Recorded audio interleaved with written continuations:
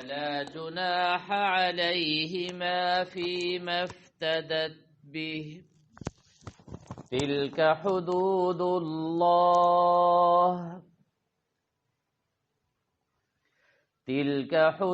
الله فلا تعتدوها ومن يتعد حدود الله فأولئك هم الظالمون صدق الله العظيم.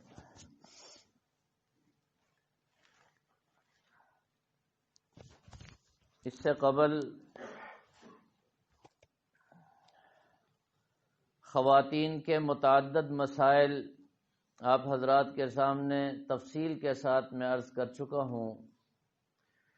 نکاح کی شرعی حیثیت اور نکاح کے فضائل اور نکاح سے روگردانی کے خطرناک نتائج، یہ سب تفصیلات آپ حضرات اچھی طرح سمجھ چکے ہیں. اور آج ایک اہم موضوع ہم شروع کرنے والے ہیں جس کا تعلق ہمارے معاشرتی مسائل میں سے ایک اہم ترین مسئلے سے ہے، اور وہ مسئلہ ہے طلاق. طلاق کے تفصیلی احکامات انشاءاللہ آنے والے دروس میں چلیں گے، اور مجھے امید ہے کہ یہ 3 ماہ تک انشاءاللہ یہی مسئلہ چلے گا، اور ہر درس بڑی اہمیت کا حامل ہوگا، اور ان مسائل کو سمجھنے اور سمجھ کر فائدہ حاصل کرنے کا جو مقصد ہے وہ اسی کو حاصل ہوگا جو پابندی سے ان دروس میں شرکت کرے گا اور ابتدا سے آخر تک ان کو سمجھنے کی کوشش کرے گا. تو آپ حضرات کو میں دعوت دیتا ہوں کہ آپ حضرات اس نازک، حساس، سنجیدہ اور اہم ترین مسئلے کو اور اس کی جزئیات کو سمجھنے کے لیے پابندی بھی فرمائیں اور پوری توجہ اور انہماک کے ساتھ اس موضوع کو سنیں اور سمجھیں.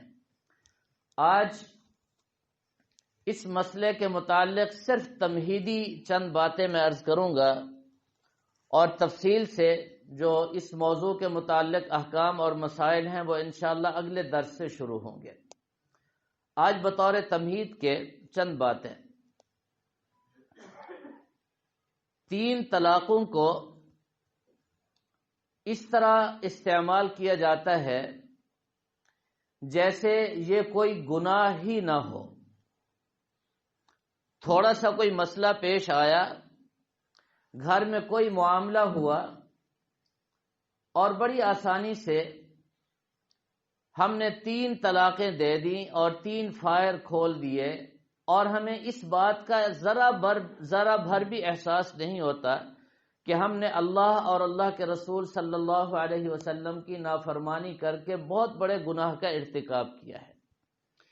یہ خیال تو ہوتا ہے کہ ہمارا گھر ٹوٹ گیا، خاندانی تنازعات اور مسائل کا احساس اور ادراک بھی ہوتا ہے، لیکن یہ پہلو کہ ہم نے اللہ تبارک و تعالی کی نافرمانی کی ہے اور بہت بڑا گناہ کیا ہے، اس پہلو کی طرف ہمارا خیال اور ذہن اور توجہ نہیں ہوتی. یہ گناہ اور اس جیسے کئی گناہ ایسے ہیں جو خطرناک ترین گناہ ہیں،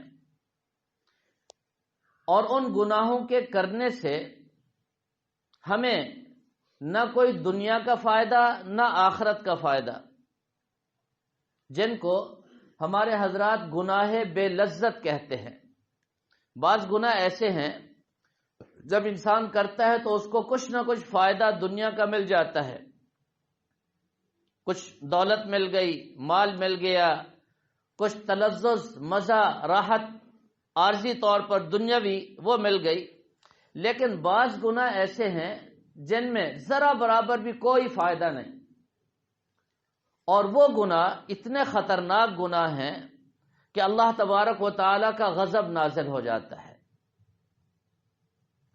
تو ایسے گناہ جن میں کوئی فائدہ نہیں، ذرا برابر بھی نفع نہیں، اور اللہ تعالیٰ کی ناراضگی بڑی سخت، تو کم از کم وہ گناہ کرتے ہوئے ہمیں 10 مرتبہ 100 مرتبہ سوچنا چاہیے کہ یہ گناہ ہم کریں تو کیوں کریں، اور کرنے سے ہمیں فائدہ کیا؟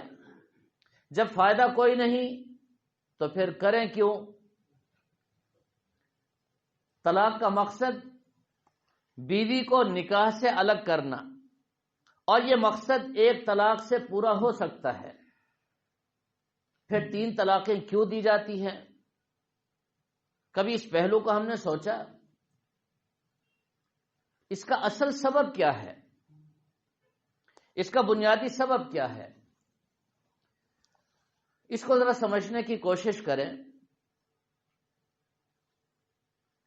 جناب رسول اللہ صلی اللہ تعالی علیہ وسلم کے زمانہ اقدس سے ہمارا جوں بعد ہو رہا ہے، ہم دور ہو رہے ہیں، اتنا ہمارے اندر فتنے، فسادات، بے دینی، بے حیائی اور گناہ بے لذت کا ارتکاب بڑھتا چلا جا رہا ہے، اور اس کا اہم ترین سبب وہ ہے لاپرواہی اور غفلت۔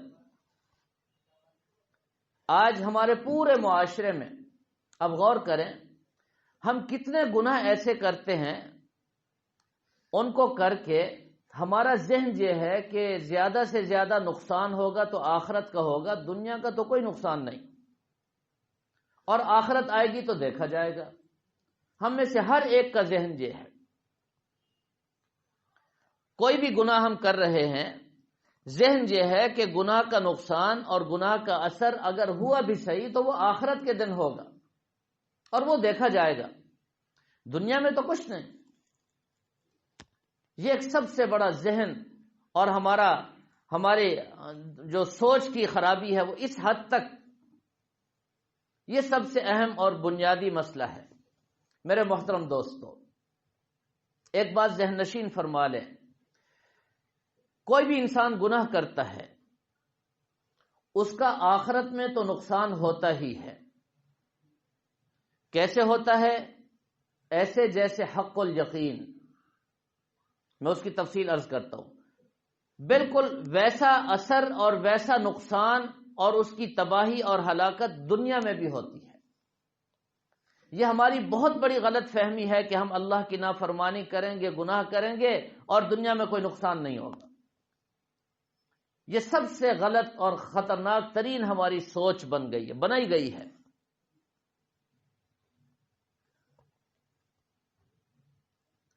قوم نوح کو دیکھ لیجئے، اللہ تعالی نے پانی میں غرق کر دیا، یہ دنیا کا نقصان نہیں ہوا۔ قوم عاد کو دیکھ لیجئے، تند اور سخت ترین ہوا کے ذریعے اللہ نے ان کو تباہ اور برباد فرما دیا۔ اور قوم لوط کو دیکھیے، اللہ تبارک و تعالی نے پوری قوم اور پوری بستی کو آسمان تک اٹھا کر پھر نیچے پٹخ دیا اور اوپر سے پتھروں کی بارش فرما دی۔ یہ دنیا کی ہلاکت نہیں؟ فرعون کو اپنی قوم سمیت دریا میں غرق کر دیا اور قارون کو زمین میں دھنسا دیا۔ یہ نقصانات ہم کیوں نہیں دیکھتے؟ حضرت عبداللہ ابن عمر رضی اللہ تعالی عنہ فرماتے ہیں، رحمت عالم صلی اللہ تعالی علیہ وسلم کے سامنے 10 صحابہ کرام بیٹھے تھے۔ 10 صحابہ کرام کی موجودگی میں رحمت عالم صلی اللہ علیہ وسلم نے ارشاد فرمایا جب میری امت میں بے حیائی عام ہو جائے گی، فحاشی اور عریانی عام ہو جائے گی، تو فرمایا اللہ تبارک و تعالی ایسی بیماریاں ان پر مسلط فرما دیں گے کہ ان کے پچھلوں نے ان کا نام تک نہیں سنا ہوگا۔ یہ گناہوں کا نتیجہ ہے۔ ہمیں احساس ہو یا نہ ہو، آج کتنی بیماریاں ایسی، اسی شوگر کو دیکھ لیجئے، آج سے 15-20 سال پہلے تو تصور نہیں تھا۔ اور ایک دفعہ ہمارے استاد جی فرما رہے تھے کہ ہم نے ایک دفعہ سنا تھا کہ شوگر آ گئی ہے، کہاں ہے؟ تو ہمیں بتایا گیا جی کراچی میں ایک مریض ہے، اس کو شوگر ہو گئی ہے۔ سب سے پہلے کراچی میں پاکستان میں ایک خبر آئی تھی، اور آج اس کو دیکھیں آپ، اور اس ایک مریض سے پہلے پاکستان میں گویا کہ اس کا تصور بھی نہیں تھا، اور آج بلڈ پریشر ہے، شوگر ہے، بندے بندے کو کینسر ہے، پتہ نہیں کتنی بیماریاں ہیں، اور ایسی ایسی بیماریاں ہیں جن کا تلفظ اور شاید نام لینا بھی ہمارے بس میں نہ ہو۔ ان گناہوں کا نتیجہ ہے۔ جناب رسول اللہ صلی اللہ تعالی علیہ وسلم نے ارشاد فرمایا، جب میری امت زکوٰۃ دینا چھوڑ دے گی تو اللہ تعالیٰ میری امت کو تنگی میں مبتلا فرما دے گی، اور ظالم حکمران ان پر مسلط ہو جائیں گے۔ آج ہم سب کے سامنے ہیں، ہر شخص تنگی ہو یا نہ ہو، تنگی کا احساس اس کے اندر ضرور ہے۔ تنگی نہیں ہے، اللہ نے سب کچھ دیا، پھر بھی وہ کہتا ہے میں تنگ ہوں جی، میں پریشان ہوں جی، یہ تنگی اور وہ تنگی، پتہ نہیں کتنی تنگیوں کا ذکر کرتا ہے وہ۔ حضرت عائشہ رضی اللہ تعالی عنہا سے کسی نے پوچھا یہ زلزلہ کیوں آتا ہے؟ آج کی سائنس جو تعویلات کرے، جو نظریے پیش کرے، وہ قرآن اور حدیث سے متصادم نہیں ہے۔ فلاں ہوتا ہے زمین میں، کیوں تغیر ہوتا ہے، اس کی یہ وجوہات، وہ وجوہات، 100 باتیں سائنس کرے، لیکن سائنس اس بات کی نفی نہیں کر سکتی کہ یہ تغیر کرنے والا کون ہے اور کیوں کر رہا ہے، ان کو بھی پتہ نہیں چل سکتا۔ وہ یہ تو بتا سکتے ہیں کہ ایسے ایسے ہو رہا ہے، لیکن کیوں ہو رہا ہے اور کون کر رہا ہے، یہ رحمت عالم صلی اللہ علیہ وسلم بتائیں گے اور فرمائیں گے۔ اور آپ نے فرما دیا یہ تغیر کیوں ہو رہا ہے، یہ زلزلہ کیوں آ رہا ہے۔ فرمایا جب یہ امت زنا کو مباح سمجھ لے گی، جائز سمجھ لے گی، زنا کیا اور احساس بھی نہیں کہ ہم نے گناہ کر لیا، آنکھ کا زنا ہے، زبان کا زنا ہے، ہاتھ اور پاؤں کا زنا ہے، دل اور دماغ کا زنا ہے، فرمایا پھر زلزلے آئیں گے۔ یہ مصیبت نہیں تو اور کیا ہے؟ چند سال پہلے زلزلہ آیا اور وہاں کے کھنڈرات کو آج جا کر دیکھا جا سکتا ہے، پتہ چلے گا کہ یہ اللہ کا عذاب ہے، اور اس گناہ کا نتیجہ ہم سمجھتے تھے گناہ اس کا اثر دنیا میں نہیں، اپنی آنکھوں سے مشاہدہ کر لیں جا کر، ہر گناہ کا نقصان اس دنیا میں بھی ہوتا ہے۔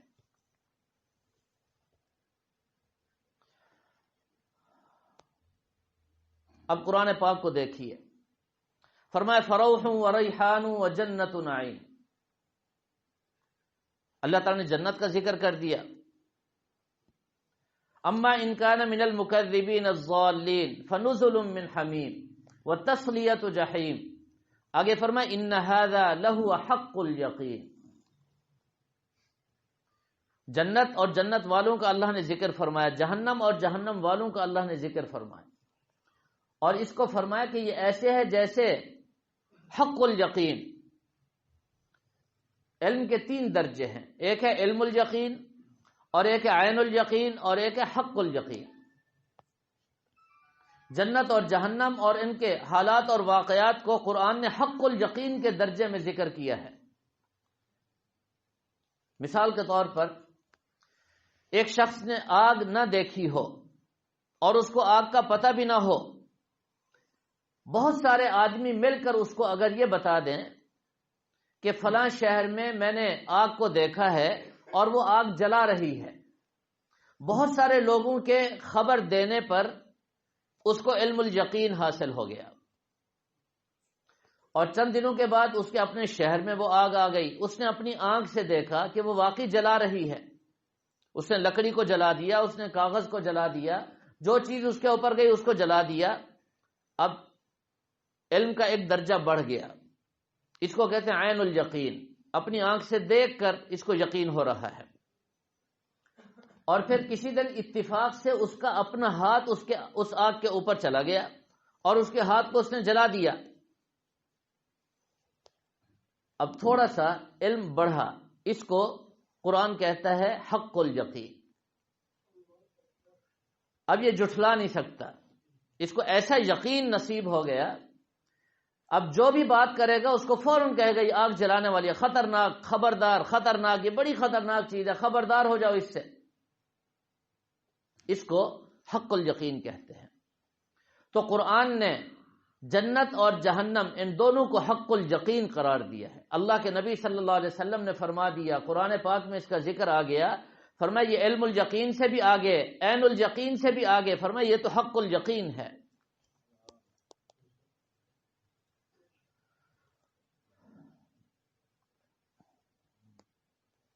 دوسری بات،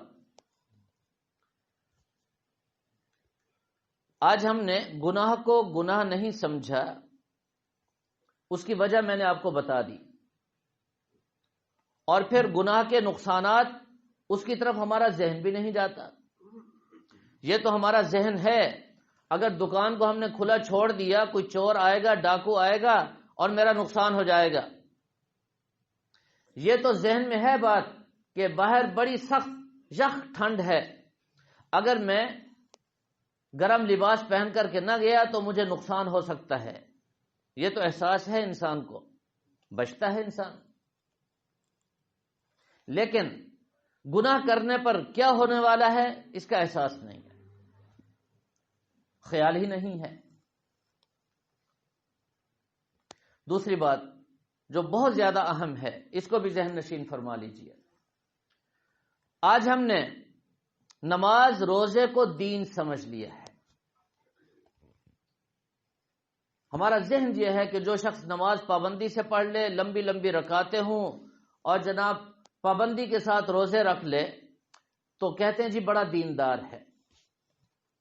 یہ ایک اہم مسئلہ ہے اور بڑا پریشان کن مسئلہ ہے۔ دین کے 5 شعبے ہیں، یہ بات یاد رکھیں۔ سب سے پہلا شعبہ ہے عقائد، اور دوسرا شعبہ ہے عبادات، تیسرا شعبہ ہے معاملات، تیسرا شعبہ ہے معاشرات، اور 5واں شعبہ ہے اخلاقیات۔ ان 5 چیزوں کے مجموعے کو دین کہا جاتا ہے۔ نماز، روزہ، عبادات یہ دین کا صرف ایک شعبہ ہے۔ اس کے علاوہ باقی 4 شعبے ہیں۔ صرف ایک شعبے پر عمل کرنے والا دیندار کہلا سکتا ہے؟ نہیں، دیندار تو وہ ہے جو ان 5 شعبوں پر عمل کرے، اس کے عقائد بھی صحیح ہوں، اس کی عبادات بھی صحیح ہوں، اس کے معاملات بھی ٹھیک ہوں، اس کی معاشرتی زندگی بھی ٹھیک ہو، اور اس کے اخلاق اور کردار بھی ٹھیک ہوں، تب جا کر کہا جائے گا کہ یہ کامل مسلمان ہے اور صحیح مسلمان ہے۔ صرف نماز روزہ یہ تو 5واں حصہ ہے دین کا، اس کو اچھی طرح ذہن نشین فرمائیں۔ اور آج یہ بہت بڑی غلط فہمی ہمارے اندر پھیلا دی گئی ہے، اور ہمارے ذہن بھی یہی بن گئے۔ جس کو نماز پڑھتا دیکھ لیں کہتے ہیں یہ تو بڑا دیندار ہے جی، بڑا دیندار ہے، اس کی گواہی دے دیتے ہیں۔ اور پھر وہ نماز پڑھنے والا وہ بھی یہی سمجھتا ہے میں نے نماز پڑھ لی، بس سارا دین اور دین کا سارا میں نے حق ادا کر دیا، اور اس کے بعد میں آزاد ہوں، میرے معاملات جیسے بھی ہوں، میری معاشرت جیسی بھی ہو، میرے اخلاق جیسے بھی ہوں، اور میرے عقائد اس پر تو کوئی بحث بھی نہ کرے، میں آزاد ہوں۔ حکیم الامت حضرت تھانوی رحمہ اللہ تعالی نے انقلاب امت ایک کتاب لکھی ہے، اس میں حضرت نے جملہ لکھا ہے، فرمایا کہ قرآن پاک اور حدیث پاک کو اٹھا لیجئے اور اس کا ایک ایک حکم معاشرے پر منطبق کیجئے۔ دیکھیے یہ حکم ہمارے ماحول اور معاشرے میں پایا جا رہا ہے، یہ حکم ایک ایک حکم کو دیکھیے۔ فرمایا سارے احکامات کو دیکھ جائیے، آخر میں نتیجہ بھی نکال دیجئے۔ فرمایا نتیجہ یہی نکلے گا کہ یہ پوری امت قرآن اور حدیث کے احکامات سے منطبق نہیں ہے، موافقت نہیں ہے۔ قرآن اور حدیث کچھ کہتے ہیں اور یہ امت کہیں اور جا رہی ہے۔ صرف نماز روزہ تو دین نہیں ہے، ہمارے معاملات کیسے ہیں؟ چنانچہ اس کا نتیجہ کیا ہے؟ آج ساری امت، آج دیکھ لیں، مسئلہ پوچھیں گے نماز کا، وہ ہمارے امام صاحب نے یہ کر لیا، نماز ہوئی کہ نہ ہوئی؟ وہ ہم سے نماز میں فلاں کچھ ہو گیا، سجدہ صاحب ہے کہ نہیں؟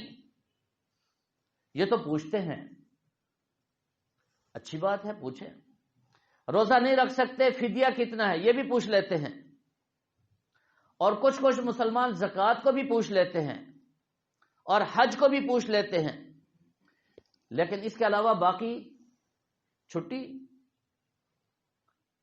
کوئی نہیں پوچھتا کہ ہم الیکشن لڑیں، شریعت ہمیں اجازت دیتی ہے؟ یہ بھی تو دین ہے۔ 24 گھنٹے انسان جو بھی کام کر رہا ہے قرآن اور حدیث اس کی رہنمائی کر رہے ہیں، پورا کامل مکمل دین ہے۔ میں نے ووٹ دینا ہے، کیسے دوں، اس کی شرعی حیثیت کیا ہے، یہ مسئلہ بھی پوچھنا چاہیے۔ میں تجارت کرتا ہوں، کون کون سی چیزیں بیچنا جائز اور کون کون سی چیز بیچنا ناجائز، کس طرح بیچنا جائز، کس طرح بیچنا ناجائز، ناپ تول کس طرح کرنا جائز اور کس طرح کرنا ناجائز، یہ بھی پوچھنا چاہیے۔ تجارت، بازار میں جو تجارت ہو رہی ہے اس کے جتنے طریقے ہمارے ہاں رائج ہیں وہ شریعت کے مطابق ہیں یا نہیں، ایک ایک مسئلہ اور ایک ایک حکم، ایک ایک چیز کی بیع اور فروخت، اس کے بارے میں معلومات کرنا ضروری ہے۔ اگر میں نہیں پوچھتا تو اس کا مطلب ہے میرا دین کمزور ہے، یا ان چیزوں کو میں دین میں سمجھتا نہیں ہوں۔ میں نے کون سی ملازمت کرنی ہے، کون سی ملازمت میرے لیے حرام ہے، پھر ملازمت میں نے جو کر لی اس میں کون کون سے طریقے ایسے ہیں جو میرے لیے شریعت جائز قرار دیتی ہے اور کون سے طریقے ایسے ہیں جو ناجائز ہیں میرے لیے۔ میں کر تو رہا ہوں، میں نے اپنی روزی کو حلال کرنا ہے، کیسے کر سکتا ہوں؟ میں نے لباس کون سا پہننا ہے، کون سا نہیں پہننا، وضع قطع کون سی جائز ہے، کون سی ناجائز ہے، پڑوسیوں کے ساتھ میرے معاملات اس طرح ہیں، ان میں کون کون سا معاملہ میرا جائز ہے، کون سا ناجائز، یہ بھی تو پوچھنے کی بات ہے۔ میرے اخلاق، میری معاشرت، ایک ایک پہلو، میرے بولنے کا یہ انداز، میرے پاس ایک ساتھی آتے ہیں سلام کرتے ہیں، میں اس طرح جواب دیتا ہوں، کیا یہ شریعت کے مطابق ہے؟ میں فلانے کے ساتھ اس طرح گفتگو کرتا ہوں، ایک صاحب میرے پاس آ جاتے ہیں، میں بیٹھا رہتا ہوں، وہ کھڑے رہتے ہیں، کیا اس کیفیت میں مسلمان آپس میں بات چیت کر سکتے ہیں کہ ایک آدمی بیٹھا ہو دوسرا سامنے کھڑا ہو؟ کیا حکم ہے اس کا؟ شریعت اس کی اجازت دیتی ہے؟ دونوں بیٹھ کر بات کریں یا دونوں کھڑے ہو کر بات کریں؟ آداب ہیں شریعت کے، احکامات ہیں۔ تو جب میں نماز اور روزے کے مسائل تو پوچھتا ہوں، تجارت کے مسائل نہیں پوچھتا، معاشرتی مسائل میں نے کبھی نہیں پوچھے، اور میں نے کبھی ضرورت نہیں سمجھی کہ میرے گھر میں نکاح ہو رہا ہے کہ میں جا کر ذرا پتہ تو کروں نکاح کا سنت طریقہ کیا ہے، اس میں کہاں کہاں پیسہ خرچ کرنا جائز ہے اور کون کون سے مقام پر پیسہ لگایا جا سکتا ہے اور کہاں کہاں ناجائز ہے، کل قیامت کے دن مجھ سے باز پرس ہوگی، میں نہیں پوچھتا۔ وہ ہے کہ اس کو بھی میں نے دین سے نکال دیا۔ یہ بڑا خطرناک ترین پہلو ہے۔ یہ دین کامل اور مکمل دین ہے، مکمل ضابطہ حیات ہے، صبح سے لے کر شام تک، شام سے لے کر صبح تک، ولادت سے لے کر موت تک، میں جو کام بھی کر رہا ہوں شریعت میرے لیے رہنما ہے اور وہ میری رہنمائی کر رہی ہے اور مجھے بتا رہی ہے کہ تم نے یہ کام اس طرح کرنا ہے، یہ کام اس طرح کرنا۔ میری ذمہ داری ہے کہ میں اپنا ہر کام پوچھ کے شریعت کی رہنمائی میں کروں۔ اگر میں نے شریعت کے مطابق کیا تو جائز اور انشاءاللہ نجات ہوگی، اور اگر میں نے اپنی مرضی سے کوئی کام کیا تو کل قیامت کے دن اس پر باز پرس ہوگی، اور وہ صرف قیامت کے دن نہیں، اس کے برے اثرات دنیا پر بھی مرتب ہوں گے۔ آج ہمارے پورے گھر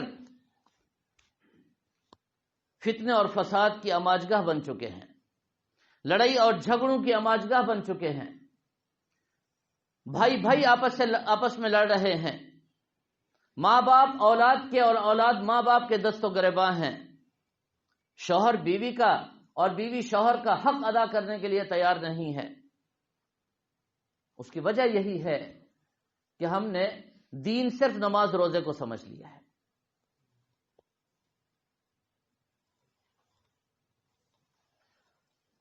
تو یہ بنیادی باتیں ہیں، میں نے آپ حضرات کے سامنے عرض کر دی۔ جس طرح سارے مسائل پوچھنا میری ذمہ داری ہے، اسی طرح طلاق کا مسئلہ بھی پوچھنا میرے لیے بنیادی فرض ہے۔ جس طرح میں نماز کا مسئلہ پوچھتا ہوں، اس طرح میں طلاق کا مسئلہ بھی پوچھوں۔ اور یہ بات ذہن نشین فرما لیں، جس مرد نے بیوی کو 3 طلاقیں دے دیں، یہ طلاق دینے کا ناجائز اور حرام طریقہ ہے اور انتہائی خطرناک گناہ ہے، اللہ کا غضب نازل ہو جاتا ہے اور یہ گناہ بے لذت ہے۔ 3 طلاقیں دینا یہ گناہ بے لذت ہے۔ مقصد کیا ہے؟ بیوی کو نکاح سے الگ کرنا۔ یہ مقصد 1 طلاق سے بھی حاصل ہو سکتا ہے، پھر 3 طلاقیں کیوں؟ یہ ہے اصل موضوع میرا۔ 3 طلاقیں کیوں دی جاتی ہیں، اس پر تفصیلی بحث انشاءاللہ اگلے درس میں کروں گا۔ البتہ طلاق کے متعلق آج ہمارے ماحول اور معاشرے میں کم علمی اور جہالت کی وجہ سے جو غلط فہمیاں پائی جا رہی ہیں، ان چند غلط فہمیوں کی وضاحت میں آپ حضرات کے سامنے کرنا چاہتا ہوں۔ سب سے پہلی غلط فہمی یہ پائی جاتی ہے طلاق کے حوالے سے، کہتے ہیں کہ اگر غصے میں طلاق دی جائے تو نہیں ہوتی۔ طلاق دے کر آتے ہیں اور کہتے ہیں جی سخت ہم غصے میں تھے، غصے کی حالت میں نے طلاق دے دی۔ اور ان کا ذہن یہ ہوتا ہے چونکہ ہمیں غصہ تھا اس لیے مولوی صاحب ہمیں یہ فتویٰ دے دیں اور یہ مسئلہ بتا دیں کہ طلاق نہیں ہوئی۔ یاد رکھیں، طلاق ایسی چیز ہے جو غصے میں ہی دی جاتی ہے، پیار سے کوئی نہیں دیتا۔ پیار میں، محبت میں طلاق نہیں دی جاتی۔ بہت کم واقعات، شاذ و نادر، کوئی 1 آدھ واقعہ ہو تو ہو تاریخ میں، ورنہ عام طور پر طلاق غصے میں دی جاتی ہے۔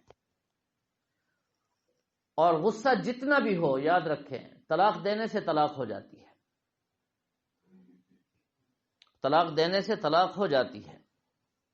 ایک واقعہ ہے تاریخ میں، ایک صاحب نے محبت اور پیار میں بیوی کو طلاق دے دی۔ خلیفہ ابو جعفر منصور اس کا انتہائی درباری اور قریبی تھا، عیسیٰ بن موسیٰ ہاشمی،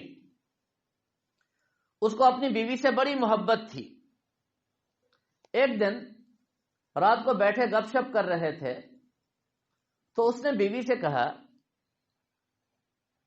انت طالق ثلاثا ان لم تکونی احسن القمر، اگر تو اس چاند سے زیادہ حسین نہیں ہے تو جا، تجھے 3 طلاقیں ہیں۔ گپ شپ میں کہہ دیا۔ دین کا ماحول تھا، بیوی نے فوراً پردہ کر لیا کہ مجھے طلاق ہو گئی، اس چاند سے زیادہ حسین میں کیسے ہو سکتی ہوں، ممکن نہیں ہے۔ بڑا پریشان ہوا عیسیٰ ہاشمی، بڑا پریشان ہوا۔ صبح ہوتے ہی خلیفہ ابو جعفر کے دربار میں پہنچ گیا۔ جی مجھ سے سبقت لسانی ہوئی اور پیار محبت کی باتیں ہو رہی تھی، میں نے بیوی سے یہ جملہ کہہ دیا۔ تو اس نے سارے وقت کے جید اور بڑے بڑے علماء کو جمع کیا دربار میں، سارے حاضر ہو گئے۔ کہا جی یہ مسئلہ ہے، اس کا حل پیش کرو۔ سارے فقہا نے کہا کہ طلاق ہو گئی ہے، کوئی گنجائش نہیں ہے۔ امام اعظم ابو حنیفہ رحمہ اللہ تعالیٰ کے ایک شاگرد اسی دربار میں پیچھے بیٹھے ہوئے تھے اور بالکل خاموش تھے۔ سب نے اپنی رائے دے دی۔ خلیفہ ابو جعفر منصور نے امام ابو حنیفہ رحمہ اللہ تعالیٰ کے شاگرد کو خطاب کرتے ہوئے کہا مولوی صاحب آپ کیوں نہیں بولتے، آپ بھی بتائیں اس کا حکم کیا ہے؟ تو انہوں نے کہا طلاق نہیں ہوئی، طلاق نہیں ہوئی۔ سارے علماء متوجہ ہو گئے، بھی کیسے کہتے ہیں طلاق نہیں ہوئی؟ سب نے کہا دلیل پیش کرو۔ تو انہوں نے قرآن پاک کی ایک سورت تلاوت کی، والتین والزیتون وطور سینین وہذا البلد الامین۔ اللہ تعالیٰ نے 4 قسمیں کھائی ہیں، 4 قسمیں کھا کر اللہ نے فرمایا لقد خلقنا الانسان فی احسن تقویم، ہم نے انسان کو سب سے زیادہ حسین اور خوبصورت بنایا ہے۔ انسان کے مقابلے میں یہ چاند یہ تو کچھ بھی نہیں ہے۔ اللہ نے 4 قسمیں کھا کر کے فرمایا انسان زیادہ حسین ہے سب سے، لہذا اس کی طلاق تب ہوتی جب اس کی بیوی چاند سے حسین نہ ہوتی۔ قرآن کہتا ہے اس کی بیوی چاند سے زیادہ حسین ہے۔ تو سب نے اپنے فتوے سے رجوع کیا کہ بات بالکل ٹھیک ہے، لیکن یہ شاذ و نادر، بہت کم ایسا ہوتا ہے۔ لہذا اس امت کی تربیت کی ضرورت ہے۔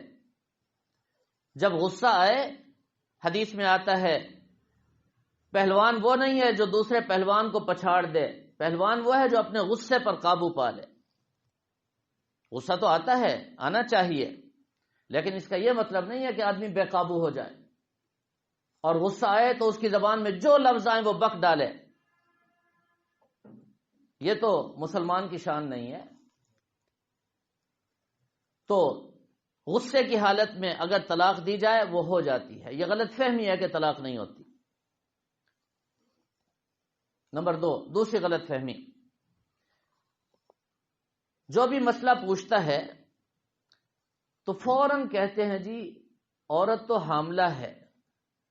حاملہ عورت کو ان کا اپنا گمان یہ ہوتا ہے کہ طلاق تو نہیں ہوتی، حمل ہو عورت کو تو طلاق نہیں ہوتی۔ یہ بھی بہت بڑی غلط فہمی ہے۔ اللہ تعالیٰ سورہ طلاق میں فرماتے ہیں وَأُولَاتُ الْأَحْمَالِ أَجَلُهُنَّ أَن يَضَعْنَ حَمْلَهُنَّ، وَأُولَاتُ الْأَحْمَالِ أَجَلُهُنَّ أَن يَضَعْنَ حَمْلَهُنَّ۔ فرمایا حاملہ عورت ہے، اس کو طلاق ہو جائے یا اس کا شوہر وفات پا جائے، فرمایا اس کی عدت وضع حمل ہے، جو ہی بچہ پیدا ہوگا عدت ختم ہو جائے گی۔ اور عدت کب ہوتی ہے؟ یا طلاق کے بعد ہوتی ہے یا وفات کے بعد ہوتی ہے۔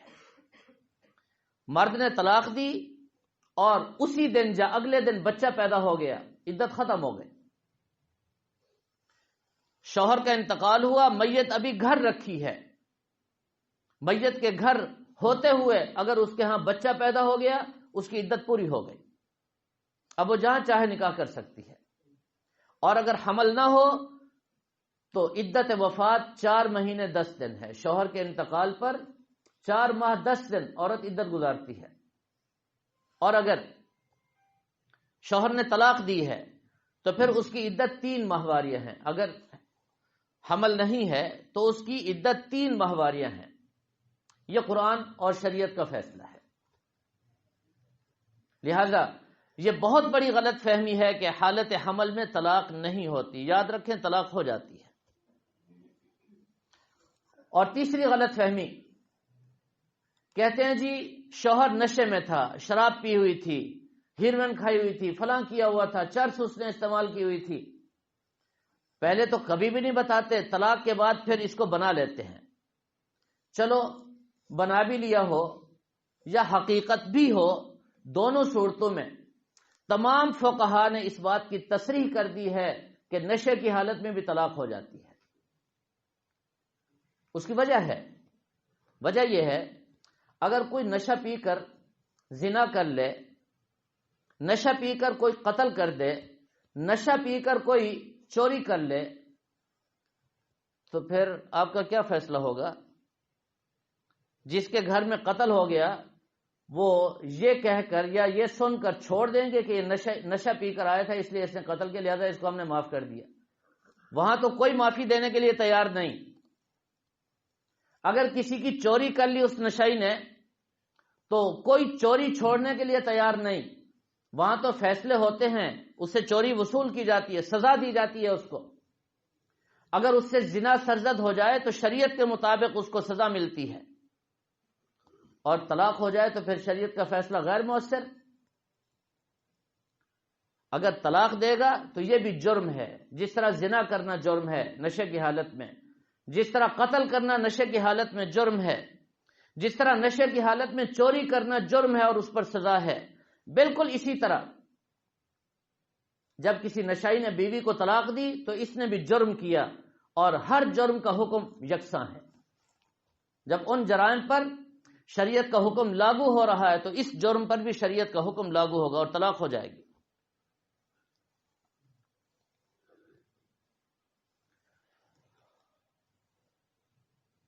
اور ایک غلط فہمی، یہ بھی بڑی عجیب غلط فہمی ہے۔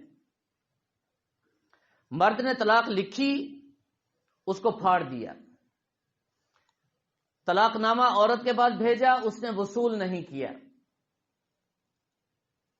یا مرد نے طلاق دی، عورت نے سنا نہیں،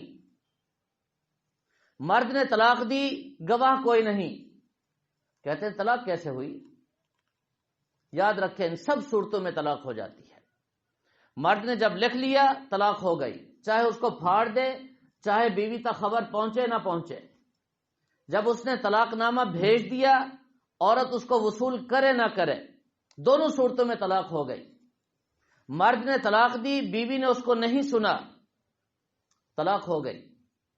اگر مرد تنہائی میں، خلوت میں، بند کمرے میں لائٹیں بند کر کے اگر زبان سے کہہ دے گا میری بیوی کو طلاق ہے، تو طلاق ہو گئی۔ نہ گواہوں کی ضرورت ہے، نہ کسی کے سننے کی ضرورت ہے، اور نہ بیوی کے سننے کی ضرورت ہے، نہ بیوی کے نوٹس کے وصول کرنے کی ضرورت ہے، نہ اس کے بھیجنے کی ضرورت ہے، طلاق ہو گئی۔